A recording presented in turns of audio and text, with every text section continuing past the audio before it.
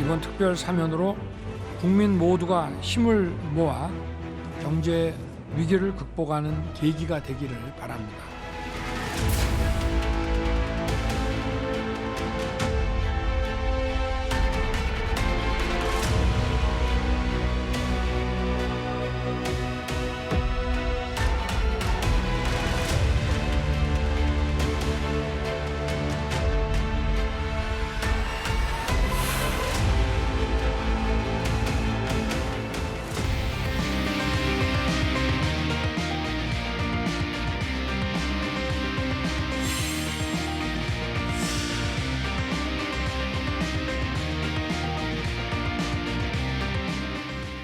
네, 오늘 여의도 사사건건은 청년 정치인 두 분과 함께하겠습니다.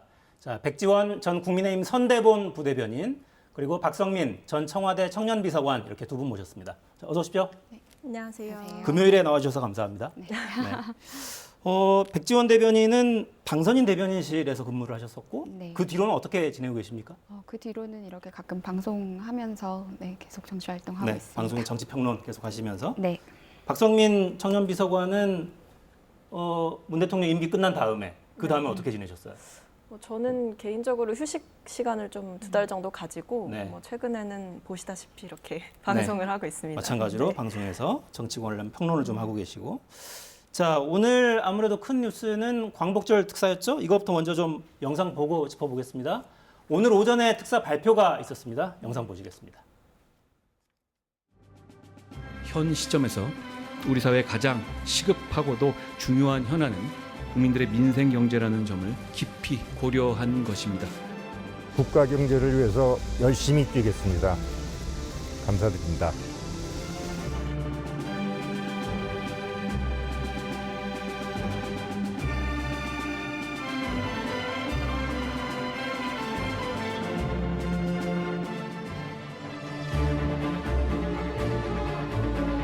국민통합을 위해서 사면을 할 때에 정치인들도 포함시켰던 것이 관례인데 이번에만 유독 정치인만 제외하는 게 과연 타당한지 조금 유감입니다.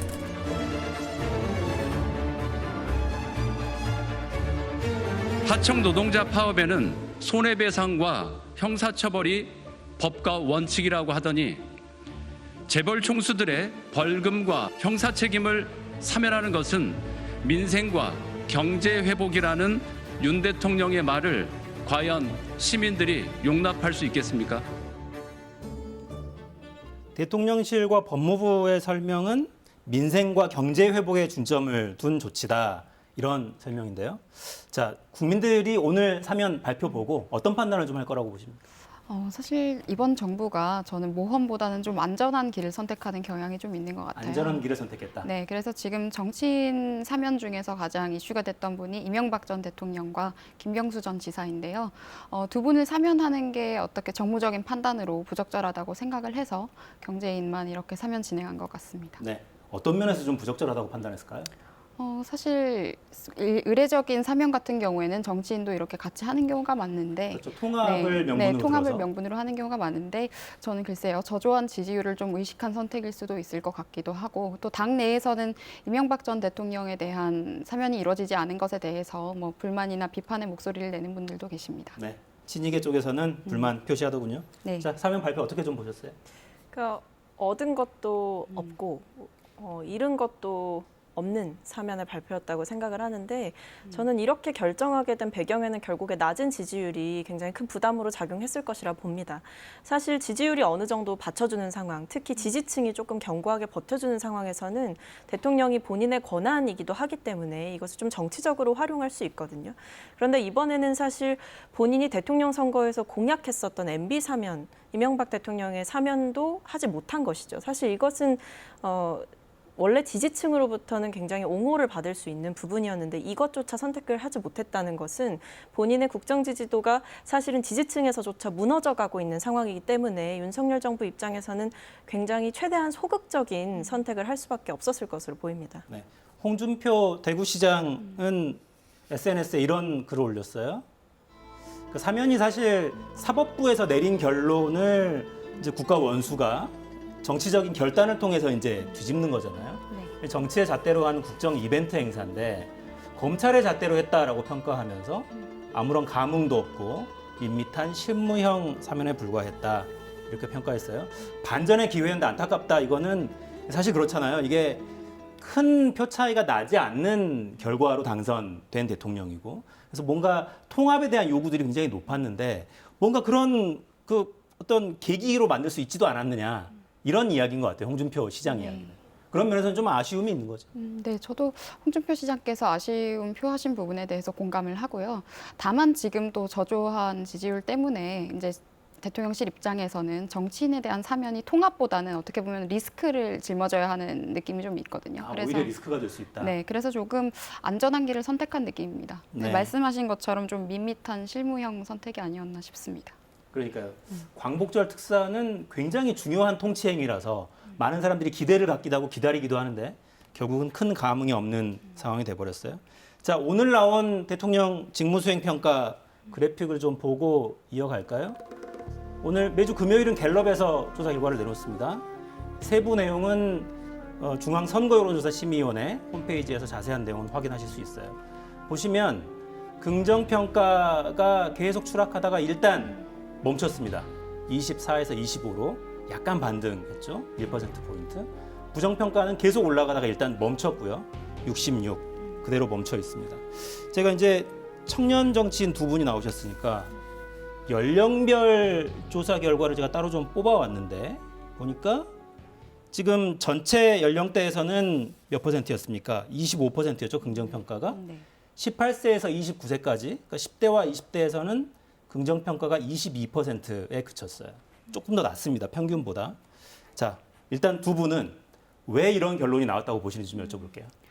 사실 이런 결론이 나올 수밖에 없었다고 생각을 합니다. 이번에 제가 선대본부에서 계속 대변인으로 일하면서 가장 정권 교체를 열망했던 지지층이 또 청년층이기도 했는데 네. 청년층이 바랬던 거는 공정과 상식이라는 그런 것들이었거든요. 그런데 지금 정부 초기부터 인사 문제로 인해서 그런 청년들에게 굉장히 실망감과 박탈감과 분노감을 자아내는 선택을 했습니다. 그리고 거기에서 또 해명을 하는 과정도 굉장히 부적절했었고요. 거듭되는 인사 문제가 저는 결국에 비단 청년층 뿐만이 아니라 모든 지지층을 좀 등 돌리게 만든 게 아닌가. 사실 그때 이제 대선 결과를 기준으로 놓고 보면은 지지율이 40% 정도는 나와야 되는 게 아닌가 싶기도 한데요. 25%까지 떨어져서 지금 20%대를 벗어나지 못한다는 거는 기존에 지지해줬던 지지층도 지금 등을 돌리고 있는 좀 위험한 상황이라고도 볼 수 있겠습니다. 네. 그 대선 때 득표율이 48.7%였던가요? 네. 그러니까 그때 지지했던 분들 상당수가 지금 이탈하고 있는 상황이에요. 핵심적인 문제를 짚는다면 뭘 짚으시겠어요? 저는 뭐 인사 문제 얘기해 주셨는데 인사 문제 받고 저는 이제 자질과 무능함에 대한 이야기를 좀 하고 싶습니다. 근데 일단 첫 번째는 인사 관련해서 사실 윤석열 대통령에게 투표를 하셨던 분들의 입장에서는 사실 뭐 검사로서의 그런 청렴함 이런 부분들을 좀 생각을 하셨을 거란 말이죠. 근데 지금 대통령 되고 나서 터지고 있는 의혹들은 대통령실에 본인의 지인의 아들들을 채용을 시킨다든지 아니면 김건희 여사와 관련된 뭐 지인들이 대통령실에 채용이 되거나 아니면 뭐 관저공사 이런 것들을 수의 계약을 하는 이런 모습들이 보여지고 있단 말이죠. 굉장히 깨끗한 이미지와는 거리가 먼 것이고 두 번째는 무능함이 저는 요즘은 조금 더 큰 요인이라고 생각을 하는데 실제로 이번 수해 상황을 살펴보더라도 그 재난 상황에서 대통령의 컨트롤 타워로서의 역할이 굉장히 미흡했던 부분뿐만 아니라 그간 정부 정책의 혼선이 솔직히 있지 않았습니까? 예를 들면 장관이 발표한 정책에 대해서 다시 뒤집는다든지 아니면 이번에 박순애 전 교육부 장관의 경우도 사실은 그런 것이죠. 인사 참사에서 비롯된 정책의 무능함까지 더해져서 저는 지금 대통령이 대통령의 역할을 제대로 못하고 있는 상황에 이르렀다라고 보입니다. 그리고 더 심각한 것은 이렇게 문제가 되고 있는 상황, 특히나 인적 쇄신에 대한 국민적인 요구가 높은 상황에서도 휴가 일선에서 복귀한 뒤에 인적 쇄신을 단행하지 않으셨단 말이에요. 그러니까 이런 부분들이 결국에 국민들의 요구를 제대로 대통령이 듣고 있기는 하냐, 이것조차 인지하지 못하고 있는 것이 이런 아둔함이 대통령의 문제인 것이 아니냐라는 얘기까지 저는 될 수 있다고 생각합니다. 네, 아둔함이라는 표현까지 사용하셨고 휴가 갔다 와서 그러니까 박순애 사회부총리 전 교육부 장관이죠 이제는 전을 붙여야겠네요. 자진 사퇴 형식으로 정리하는 거 말고는 아직은 별다른 신호가 안 나오고 있어요. 네. 근데 인적쇄신은 17일이 이제 100일 되는 날이잖아요. 네. 그때를 기해서 뭔가 나오긴 나올 거라고 보십니까 지금? 나와야 한다고 생각을 합니다. 나와야 한다. 네, 최근에 여론조사 결과를 봐도 국민 여론의 90%에 육박하는 분들께서 지금 인적쇄신을 굉장히 요구를 하고 계시고 그중에서도 거의 60%에 가까운 여론이 지금 대대적인 인사 개혁을 하라고 지금 주문을 하고 있어요. 근데 이 요구는 정부 초기부터 지금도 초기이긴 하지만 계속해서 요구가 되어 왔는데 보듬고 가겠다라고만 했지 달라진 것이 없거든요. 그리고 박순애 교육부 장관 같은 경우에도 임명하는 과정에서도 사실 충분히 논란이 있었는데 결국에는 버티지 못하고 지금 단기간에 사퇴를 하시지 않았습니까? 이런 그림이 사실 지적하셨던 부분과 같이 굉장히 무책임해 보이고 또 능력적인 면에서도 어떤 부분이 능력이 있다는 것인가 지켜보는 국민들 입장에서는 의아해할 만한 지점이 너무나 많았고요. 그리고 이런 인사 논란이 있을 때 대통령실에서도 메시지가 제대로 나간 적이 없습니다. 뭐 사과를 하고 뭐 개혁을 한 거나 뭐 잘못된 것을 인정을 하거나 하는 그림이 없었고 굉장히 변명을 늘어놓는 그림이 많았어요. 그래서 저는 지지율이 지금까지 떨어진 것은 대통령실에서 자초한 것이 있다라고 좀 지적을 하고 싶습니다. 네, 저희 갤럽에서 여론조사 결과를 내놓으면서 긍정평가, 부정평가 이 어떤 이유 때문에 긍정적으로 평가하십니까? 이런 질문도 후속 질문을 했어요. 긍정평가 하시는 분들은 열심히 한다, 최선을 다한다. 이게 이제 15%. 전반적으로 잘한다, 부동산 정책 마음에 든다 이런 평가들이 있고요. 부정적인 평가가 인사 문제가 지금 계속해서 지적이 되고 있고 이게 지난주, 지지난주부터 두 번째 이 수치가 계속 좀 올라가는데요. 경험과 자질이 부족하다. 사실 경험 부족이야 다 알고도 이제 사실 대통령 이제 뽑힌 건데 지금은 계속 이걸 좀 지적합니다. 최근에는 무능함이라는 답변도 나오고 있고 이번 주 들어서는 재난 대응 미흡했다. 이게 지금 처음으로 등장하고 있어요. 대통령실의 여러 대처를 놓고 논란이 있습니다만 그중에도 이런 부분이 문제다라고 지적하신다면 그래서 인적쇄신을 한다면 이런 부분부터 먼저 손대야 하는 것 아니냐고 말씀하실 부분이 혹시 있을까요? 그러니까 지금 대통령실의 기능이 사실상 부재한 것 같아요. 그러니까 기능 자체가 부재하다? 네, 저는 그렇게 느낄 수밖에 없는 것이 사실 대통령실이 대통령을 보좌하는 기구임과 동시에 어떻게 보면 국정 운영의 컨트롤 타워입니다. 사실 정부 정책이 나갈 때도 우리나라가 대통령제 국가인 이상 대통령실을 거치지 않고 나가는 것은 없습니다. 그러니까 물론 협의를 통해서 논의를 하고 정책 발표를 하더라도 저는 사실 이번에 교육부 장관이 발표했던 그러니까 박순애 전 교육부 장관이 발표했던 학제 개편만 보더라도 무리하게 그렇게 대통령 단독 보고까지 가는 상황에서 그리고 대통령 지시사항이 나오는 상황에서 그 중간에 교육비서관실도 있고 교육비서관실 상위 기관인 사회수석실도 있을 텐데 그런 기관들에서 이런 정책은 조금 더 공론화가 필요합니다. 또는 의견 수렴이 필요합니다. 이런 리스크 관리조차 안 되고 바로 대통령 지시사항을 브리핑하고 대통령이 업적을 홍보하듯이 우리 대통령 일하고 있다. 이런 식으로 홍보가 나가서 결국에 반발만 산 거 아닙니까? 결국에 현장의 여론이라든지 이 정책이 불러올 만한 파급력을 대통령실에서 쉽게 말하면 전혀 리스크 관리를 하지 못하고 있는 거예요. 이거는 저는 일을 안 하는 거라고 생각합니다. 그러니까 대통령의 심기보좌만 하지 마시고 대통령실에서 대통령의 심기만 살필 것이 아니라 정말 국민을 위해서 이 대통령이 제대로 일할 수 있도록 뒷받침하고 쓴소리도 좀 내부에서 하고 레드팀을 만들어서 하다못해 TF팀이라도 만들어서 저는 이거는 바로 잡아야 된다라고 생각을 하는데 지금 제가 조금 더 심각하다고 느낀 것을 보면 휴가에서 복귀하시고 인적쇄신이 없었다고 아까 말씀드리지 않았습니까? 저는 이것도 이런 판단을 하기까지 대체 대통령실이 대통령에게 어떤 이야기를 하고 있는 것인가라는 질문이 들어요. 사실 아까 우리가 여론조사 결과를 보면서도 그 요인 중에 하나가 인사 얘기가 나왔는데 사실 인사 얘기 지금 취임 100일이 다 돼가는데 계속 나오지 않았습니까? 근데 이거에 대해서 마땅한 조치가 없었고 외려 언론 보도를 통해서 나온 대통령의 발언은 뭐 지지율 떨어졌다고 내칠 수 없지 않냐 이런 거였단 말이죠. 그러니까 이런 원정주의에 기대서 지금 대통령이 국정 운영을 제대로 못하고 있는 상황인데 여기서 대통령의 참모들은 도대체 쓴소리는 하고 있는 것인지 리스크 관리는 하고 있는 것인지 이게 굉장히 의문이고 최근에 더 심각했다고 생각했던 것은 심지어 공감 능력도 없다. 일도 못하는데 공감 능력도 없어서 그 수해 현장에 가가지고 대통령이 사망자가 발생한 곳에 가서 그 현장을 들여다보고 있는 사진을 마치 정책 홍보 카드처럼 만들어가지고 이미지를 배포한다는 것 자체가 저는 사람이 할 수 있는 일인가라는 의문이 들었고요. 지금 전반적으로 대통령실도 기능을 못하고 대통령도 일을 못하고 있는 이런 총체적 난국인 상황이라고 생각합니다. 어때요? 그러니까 당선인 시절에 대변인실에서 같이 증거에서 보좌를 하셨으니까 네. 그때 봤던 당선인의 모습과 네. 그때 기대를 갖고 보셨을 거 아니에요, 그때는. 지금 이제 대통령 취임 이후에 보이는 모습이 좀 다릅니까? 어떻습니까? 네, 저는 이제 선거 기간에 저희가 대변인단 활동을 했었고요. 인수위 때는 이제 대변인실에서 이제 직원으로 이렇게 일을 한 거였어요. 그런데 제가 지금 지켜보면서 지금 시작부터 지금까지 대변인실이 특히 그 역할을 전혀 하지 못하고 있다. 그리고 대변인이 무슨 일을 해야 하는지도 지금 잘 모르고 계신 것 같아요. 사실 대통령실에서 계속 메시지가 나오는 것들을 보면 뭐 소속이 불명확한 분들이 이런저런 의견들을 굉장히 많이 이야기를 하십니다. 특히 이번에도 수해와 관련돼서 대통령께서 사과를 하셨는데 사과를 한 게 아니라고 했다가 또 익명의 누군가는 그건 사실 사과가 맞다라고 한다든지 이런 식으로 메시지가 계속 튀어나오는 것이 결국에는 대통령에 대한 안 좋은 이미지만 누적을 시키는 것이고 지금 대대적인 인사 개혁을 할 것이라면 저는 가장 먼저 대변인실과 그리고 홍보 라인들을 전면 개편을 해야 된다고 생각합니다. 정말 따끔한 회초리를 얼마 전에 맞았는데요. 문재인 정부 때 탁현민 전 비서관께서 그런 말씀 또 하셨더라고요. 근데 사실 그 부분이 정말 저는 맞다고 생각하는 것이 지금 보좌를 하고 있는 분들께서 과연 대통령을 생각하고 있는 건지는 저는 잘 모르겠어요. 지금 뭐 심기 보좌만 하실 것이 아니라고 하셨는데 저는 심기 보좌조차도 지금 잘 못하고 계신 것 같습니다. 하는 대응이나 이런 것들을 보면은 본인들께서도 굉장히 우왕좌왕해 보이고 그것이 국민들이 모를 거라고 또 생각을 하시는 것 같은데 다 보이거든요. 그러니까 결국 그런 것에 대해서 누적된 부정적인 이미지가 대통령에 대한 안 좋은 것들로 귀결이 되는 것이고 이 지점에서 이제 또 잘못을 했던 분들은 직을 놓고 나가시는 것도 저는 책임을 지는 모습일 것이라고 생각합니다. 내부 총질한다는 메시지를 받지 않으실지 좀 걱정이 되네요. 오늘 네. 말씀하시는 게. 자, 박민영 국민의힘 대변인이 대통령실 청년 대변인에 발탁될 것 같다. 아직 정식 발령이 난 상황은 아닙니다. 발탁된다. 뭐 이런 소식이 있었고 2030 청년층의 마음을 좀 반영해서 대통령실에 들어가 쓴소리도 하겠다 이런 입장이었는데 가능하겠어요?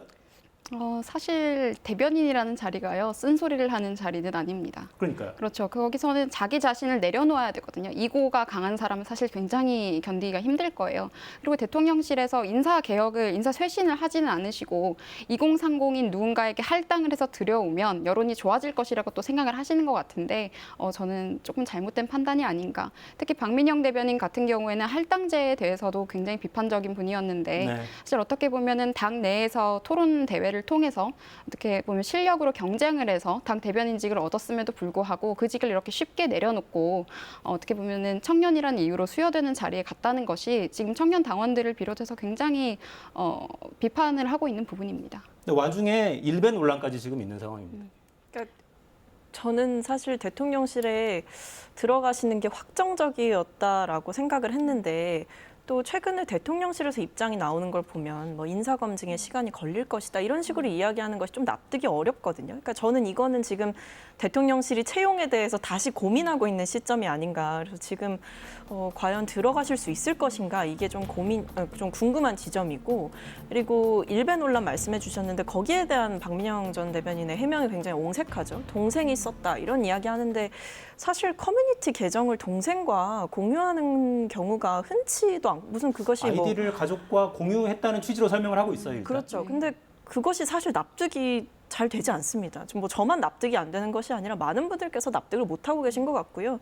만약에 저는 박민영 전 대변인이 뭐 민주당에서 이런 주장을 하는 분이 나왔다라고 한다면 얼마나 공격하셨을지 눈에 선한데 사실 본인이 지금 하고 있는 해명이 평소에 이야기하셨던 뭐 논리적인 주장 이런 것과는 굉장히 결이 다르다라고 생각이 들고 뭐 인선 자체에 대해서는 뭐 들어가셔서 잘 하시면 좋겠다라는 생각은 하지만 그것과 따로 떼어져서 볼 것이 대통령실에서 사실 청년 대변인이라는 것은 상징적인 직함이고 브리핑을 할 일은 없을 것이다라는 입장을 밝혔거든요. 저는 이거는 거의 취업 사기 수준 아닌가라는 취업 사기요? 네, 생각이 드는데 사실 박민영 대변인이 먼저 밝힌 거 아닙니까? 청년 대변인직을 제안을 받았고 네. 그리고 실제로 저도 그 기사가 나가고 나서 방송 대기실에서 만났을 때 본인은 뭐 계속 방송 인터뷰도 할 생각이고 대통령실 들어가더라도 뭐 일을 하다가도 출연이나 이런 것들은 뭐 기회가 된다면 할 것이다 이런 식으로 말씀을 해주셨었거든요. 그러니까 이거 자체가 정말 본인을 청년 대변인으로서 생각을 하셨던 거예요.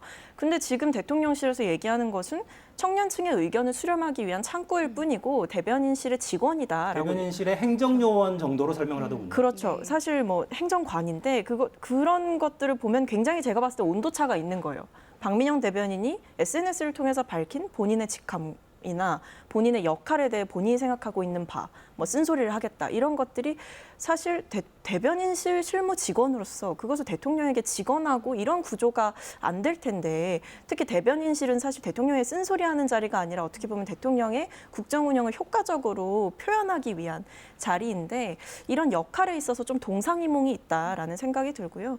그렇다면 이 청년 대변인직을 제안받았다라는 박민영 대변인의 말이 거짓말인가? 전 그건 또 아닌 것 같거든요. 그러니까 대통령실이 지금 굉장히 애매모호한 포지션을 취하고 있는 것이고 이것은 뭐 저는 당사자에게도 좋은 선택은 아니었던 것 같습니다. 네. 오늘은 대통령실 관계자가 이 일배 의혹이 불거지고 있는 박민영 청년 대변인에 대해서 채용 절차를 차질 없이 진행하겠다라는 설명을 내놓긴 했습니다. 그러니까 사실 정치권에 들어오게 된 그 과정이 좀 비슷하잖아요. 박민영 대변인과. 박민영 대변인이 대통령실에 들어가서 이제 어떤 모종의 역할을 한다.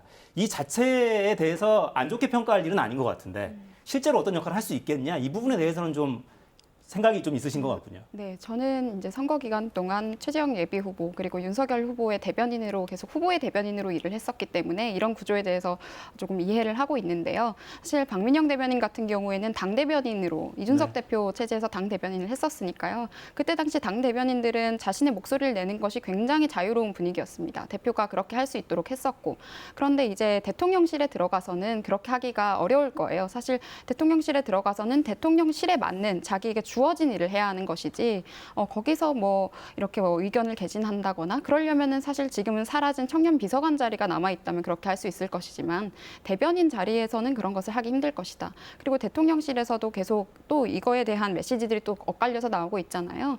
연단에 설 일은 없을 것이다. 뭐 행정관 수준일 것이다. 이렇게 선을 긋는 모습도 있기 때문에 본인께서 아마 기대하신 역할을 할 수 있으면 좋겠지만 아마 어려움이 많으실 겁니다. 뭐 이번에 좋은 배움의 기회가 됐으면 좋겠습니다.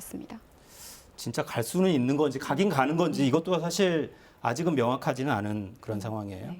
자, 청년 정치인 두 분이 나오셨으니까 이거는 제가 좀 여쭤보고 싶었어요. 사적 채용 논란이 사실 계속해서 있어 왔고, 그러니까 대통령 지인의 아들, 영부인, 그러니까 영부인이라는 표현은 하지 말자고 했죠. 김건희 여사가 몸담고 있는 코바나 콘텐츠가 전시 행사를 할 때 참여했던 업체가 관저 인테리어 공사에 참여하거나 이런 과정들이 계속 이제 문제가 좀 지적이 되어왔고 이 부분에 대해서는 어떻게 보십니까? 사실 그런 원래 알고 있던 사람들을 같이 일을 하면은 뭐 일이 더 잘 될 것 같다라고 생각을 하실 수도 있을 것 같아요. 하지만 지금 대통령실은 정부 조직이지 않습니까? 우리 나라를 이끌어가야 할 조직인데 그럴 때는 인사를 조금 더 제대로 정교하게 할 필요가 있었고 그리고 그 과정에서 전문가를 이렇게 쓰는 것이 당연히 맞거든요. 물론 뭐 그분들도 뛰어나시겠지만 사실 지금 홍보 문제나 대변인실 공보 문제가 생기는 것도 저는 그 부분에 있어서 사적 채용 논란이 좀 가장 많았기 때문이라고 생각을 합니다. 그래서 이번에 취임 100일을 맞이하셔서 한번 결단을 좀 내리시고 대대적으로 인적 쇄신을 하시는 모습을 보여주시는 것이 회복의 계기가 되지 않을까 싶습니다. 사실 박성민 전 비서관 이름이 권성동 대표 대행 입에서도 나왔고 여러 차례 언급이 됐잖아요. 바라보시면서 여러 생각이 드셨을 것 같은데요? 아니, 뭐 그렇게 여러 생각을 하지는 않았고요. 그냥 권성동 원내대표가 저를 이제 끌어들여서 말씀을 하셨었는데 저는 사실 뭐 대응할 가치가 없는 문제 제기였다고 생각을 했습니다. 왜냐하면 뭐 제 인사 논란이 분명히 있었고 제가 비서관직에 임명되고 나서 뭐 여러 논란이 있었지만 그 논란과 지금의 논란은 저는 궤가 좀 다르다고 생각을 합니다. 그러니까 지금의 논란은 사적 채용 논란은 공적인 채용 절차를 거쳤냐 아니냐의 논란이 아니라 너무 이제 개인적인 인연에 기대서 지금 공적인 일을 하는 자리에 사람을 갖다 쓰는 거 아니냐라는 논란이었거든요.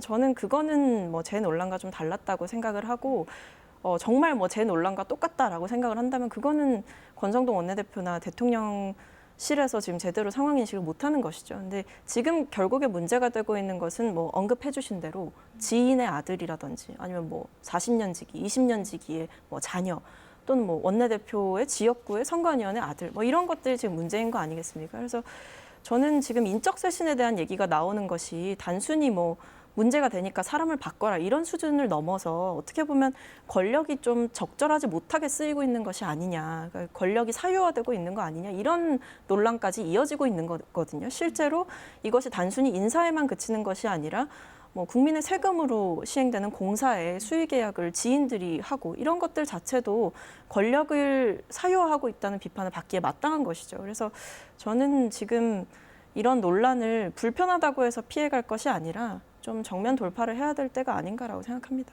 사실 지인의 업체는 오히려 배제를 해야 되는 거 아니에요? 그렇죠. 할 수 있다고 해도 네, 그게 맞습니다. 오해 받을 수 있으니 그러니까 그게 사실은 저는 괘씸죄가 더 있다고 생각을 하는 게 일단 첫 번째로 말씀하신 대로 당연히 논란이 될 것을 공직자로서 그것을 예단하지 못한다면 그거는 자질이 없는 거고 무능한 거죠. 근데 이미 무능해 보이시니까 뭐 그거는 그렇다 치고 그 뒤에 이게 수의 계약이 드러난 것들을 보면 사실 위장 신고를 한 거 아닙니까? 그러니까 주소도 잘못 신고하고 뭐 공사 목적도 다르게 표기를 하고 이런 것들이 보안 사항이기 때문에 이렇게 작성했다라는 애매한 해명을 내놓았지만 사실 항상 문재인 정부 청와대를 윤석열 정부가 끌어와서 말씀을 하시는데 문재인 정부 청와대에서는 이런 공사 내역들을 투명하게 공개를 했거든요.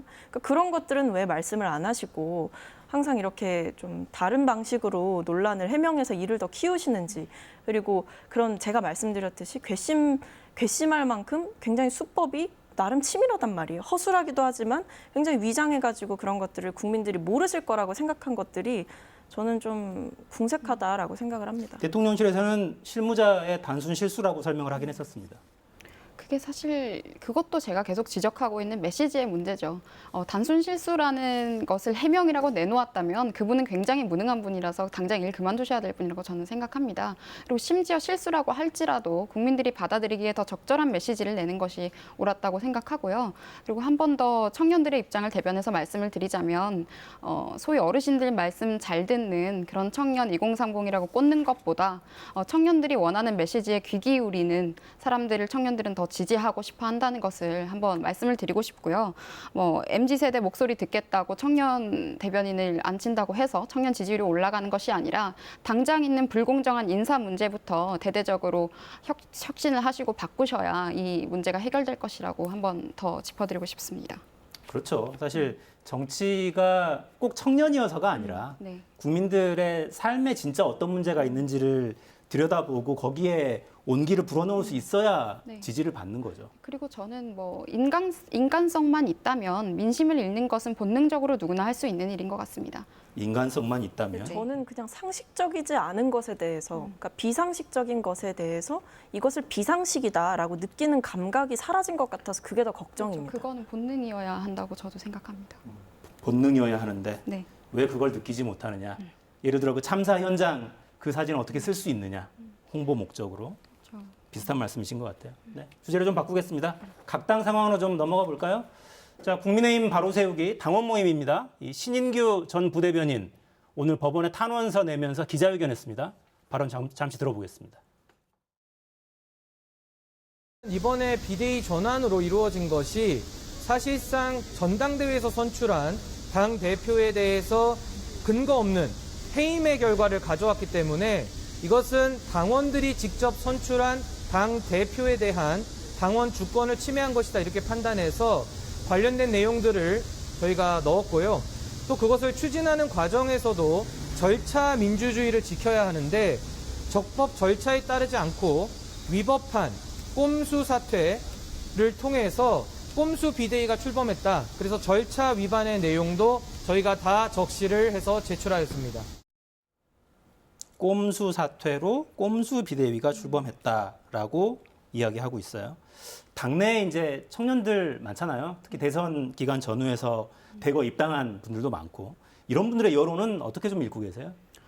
지금 청년들이 가장 지금 이 상황에서 국바세를 지지하거나 지지하는 분들의 입장에서 보면은 이준석 대표에 대한 호불호를 떠나서 이게 맞냐고 하는 거예요. 절차적 정당성이나 하는 것들이 굉장히 훼손이 됐었고 비대위를 추진하는 과정도 석연치 않았기 때문에 사실 이준석 대표에 대한 징계도 사실 윤리기 징계 같은 경우에는 사법 절차가 끝이 난 이후에 하는 것이 통상적인데 이번엔 또 그렇지도 않았었고요. 아직 경찰 조사가 진행 중인 사안이었고 근데 그 직후에 징계 직후에 사실을 비대위를 하려면 하려면 했어야 합니다. 그런데 그 이후에 약 몇 주간의 시간을 그냥 보내다가 갑자기 사퇴를 하시면서 비대위를 이렇게 추진을 하는 것에 대해서 힘으로 밀어붙이기 같다는 지적은 뭐 청년들만 하는 것은 아니고요. 신인규 전 대변인도 계속 이야기를 했지만 이준석 지지 모임이 아닙니다. 우리 당내에 있어서 절차적 정당성이 훼손되고 있고 우리 당의 헌법이라고 할 수 있는 당원 당규를 이렇게 마음대로 바꿔가면서 추진하는 것이 맞느냐는 문제의식이고 문제 제기이고요. 그래서 저는 이런 활동이 이루어지고 있는 것이 상당히 건강한 현상이라고 저는 봅니다. 백지원 부대변인은 혹시 참여하십니까? 국바세? 저는 따로 참여는 하지 않고요. 참여하진 네. 않고 계시고. 네. 그 지지하고 비대위 있습니다. 인선 이제 과정이 진행될 텐데 아마 이번 연휴 사이에 진행해서 16일에는 공식 발족을 하는 게 목표라고 하죠. 청년 여성도 좀 포함시킬 수 있다 이런 이야기도 흘러나오는데 만약에 제안을 받으신다면 함께 하자. 근데 보통 이런 조직이 꾸려질 때 의뢰 뭐 청년 여성을 넣겠다, 뭐 20대 누구를 넣겠다 이런 말이 돌기는 합니다만은 저는 글쎄요, 제가 청년이고 여성이라는 이유로 어떤 의자를 이렇게 배석을 받는 것은 저는 원치는 않고 저희가 생각하고 있는 그리고 저와 같은 가치를 공유하고 있는 이런 청년 당원들의 생각이 반영될 수 있는 일이어야 제가 그런 당직을 맡을 수 있을 거라고 생각합니다. 그리고 지금 뭐 제가 말씀드리기는 조금 부적절한 것 같습니다. 이준석 대표는 SNS에 또 이런 사진 올렸더군요. 이준석 대표 특유의 표현 방식이죠.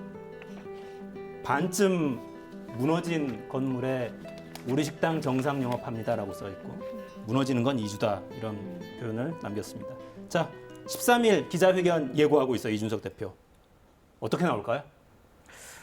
뭐 이준석 대표의 스타일상 아마 다양한 현안에 대해서 다양한 문제점에 대해서 다 쏟아낼 것이라고 보이고요. 그것은 비단 자신의 뭐 억울함을 호소하기 위한 것을 넘어서서 윤석열 정부의 부족한 점까지 저는 속속들이 집어내는 기자회견이 될 것이라고 예상을 하고 있습니다. 근데 사실 이 기자회견 전에 정치적으로 뭔가 타협할 수 있는 시간이 있어서 저는 13일로 했다라고 생각을 하는데 지금 뭐 주호영 비대위원장 기사를 보니까 뭐 지금 만나지 못하고 있다 이런 걸로 봐서는 저는 기자회견의 수위 자체가 상당히 셀 것이라고 생각을 하고 아마 법조인들을 그동안 만나왔기 때문에 이준석 대표가 법리적으로 검토를 받은 것들부터 그 절차적 문제뿐만 아니라 이것이 가지는 정치적인 의미 뭐 예를 들면 젊은 대표를 이제 합심해서 내쫓았다 이런 식의 이야기까지도 저는 굉장히 적나라하게 할 것이라고 생각합니다. 이준석 대표에게 직접 뭔가 메시지를 전달할 기회를 드리겠다라고 하면 어떤 말씀을 하시겠습니까? 내일 기자회견에서 지금까지 본인이 하고 싶으셨던 말씀 속 시원히 다 하시라고 말씀드리겠습니다. 네, 알겠습니다. 시간이 거의 다 됐는데 민주당 이야기 짧게 하고 넘어갈까요? 민주당은 당헌 개정 이야기를 놓고 계속해서 이야기가 나오고 사당화 논란까지 있습니다. 전당대회 결과에 대해서는 아무도 뭐 의심하지 않는 것 같고요. 이제는 이재명 당대표 그리고 최고위원들도 친명계가 대부분이 될 거라는 해석에는 거의 이견이 없는 것 같아요. 당헌 개정 문제는 어떻게 인식하십니까?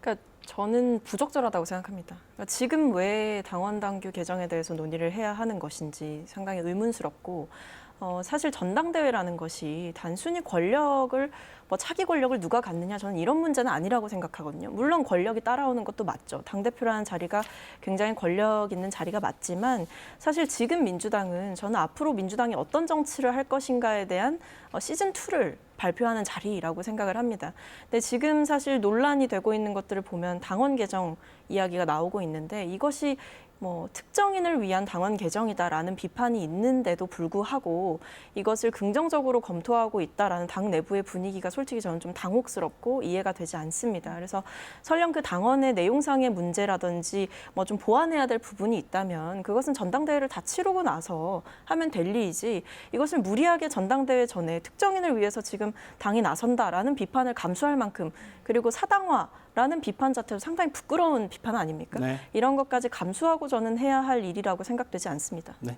짧게 멘트 코멘트를 해주신다면. 네, 참 민주당은 누구를 지키고자 당원 당규를 이렇게 개정을 하고 저희는 누구를 내쫓고자 개정을 하는 것 같은데 양 당 모두 좀 각성을 해야겠습니다. 당원 당규 이렇게 마음대로 바꾸려고 만든 건 아니라고 생각하거든요.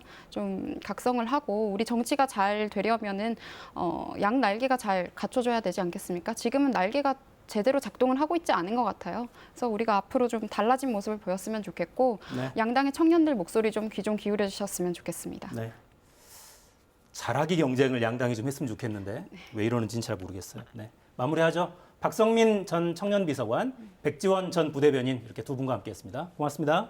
감사합니다.